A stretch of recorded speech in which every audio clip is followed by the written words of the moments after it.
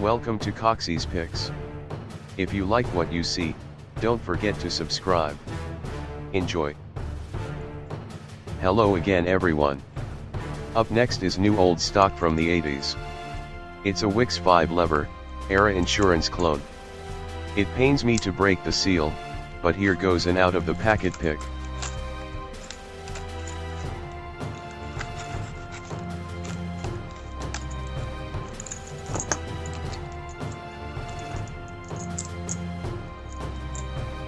Beautiful smooth action, and we can see it does indeed have 5 levers hiding inside.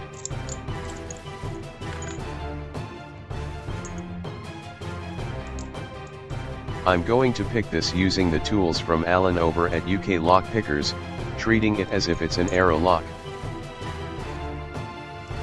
Didn't feel any false gates, or any resistance. Great looking lock. That's all from me for now. So stay safe and I will see you all in the next video.